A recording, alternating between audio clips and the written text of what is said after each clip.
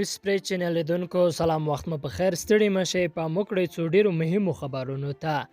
چرواکي وای غزنی او غور کې شپږ ویشت طالبان وژل شوي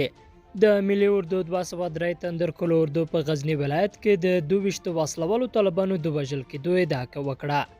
د 203 تندر کول اردو مطبوعاتي مسؤل ایمن خان مومن نن شنبه رسنیو ته ویل د غزنی په قرهباغ ولسوالۍ کې له امنیتي او دفاعي ځواکونو سره په نښته کې ځینې نور وسلوال طالبان ټپیان شوي دي مومن زیاته کړه د لومړنیو راپورونو له مخې 22 طالب جنګړه ماران په نښتو د توپچي او هوایي ځواکونو په بریدونو کې وژل شوي او 8 تنه نورې ټپیان شوي دي تندر کول اردو ویلي دغه عملیات چې هوایي ځواک یې هم ملتیا کوله د قرهباغ ولسوالۍ د بازار په ساحو کې شوي او دغه بازار له طالبانو تصفیه شوی دی بلخوا د غور د امنیت امیر نیک محمد نیکزاد وایي تېره شپه وسلوالو طالبانو په دولتیار ولسوالۍ کې د امنیتي ځواکونو پر پوسته حمله وکړه چې په ځوابي برید کې 4 وسلوال طالبان ووژل شول او یو تن ټپي شو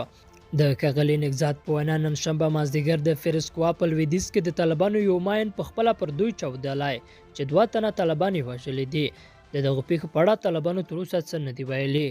بلخوا جواد ظریف وایي د طالبانو بیا راتګ د هند پاکستان او ایران امنیت ته خطر دی ایران وایي په افغانستان کې د طالبانو امارات راتګ د هند پاکستان او ایران ملي امنیت ته خطر دی د ایران د بهرنیو چارو وزیر جواد ظریف چې په هند کې د ریزیا کانفرنس ته وینا کوله ویلي هند پاکستان او ایران باید د نظریاتو توپیر یو اخوا کړي او پر مشترکاتو تمرکز وکړي هغه د چې په کابل کې د طالبانو امارات پاکستان ته وجودوي ګواښ او د پاکستان او ایران د ملي امنیت لپاره ګواښ دی ظریف د غرض ویلي چې ایران د افغانستان د سولې په اړه د بحث لپاره د غونډې کوربتوب ته چمتو دی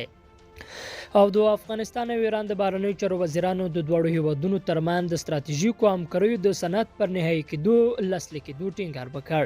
د افغانستان د بهرنیو چارو وزارت نن شنبه په یوه اعلامیه کې ویل چې محمد حنیف اتمر او محمد جواد ظریف په دې اړه په ټلیفوني مکالمه کې بحث وکړ په دې اعلامیه کې نور جزئیات نه دي ورکړل شوي د ایران د بهرنیو چارو وزارت مرستیال عباس عراقچي د دغه سند پر نهایي کېدو بحث لپاره تیر کال کابل ته سفر کړی و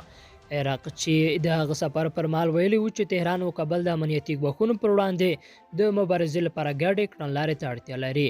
افغانستان او ایران نه دی ویلي چې د دغه سند په جوړولو کې څومره پرمختګ شوی او کله به د دواړو لورو لخوا لاسلیک شي لیدونکو له ماته مننه ښې چاره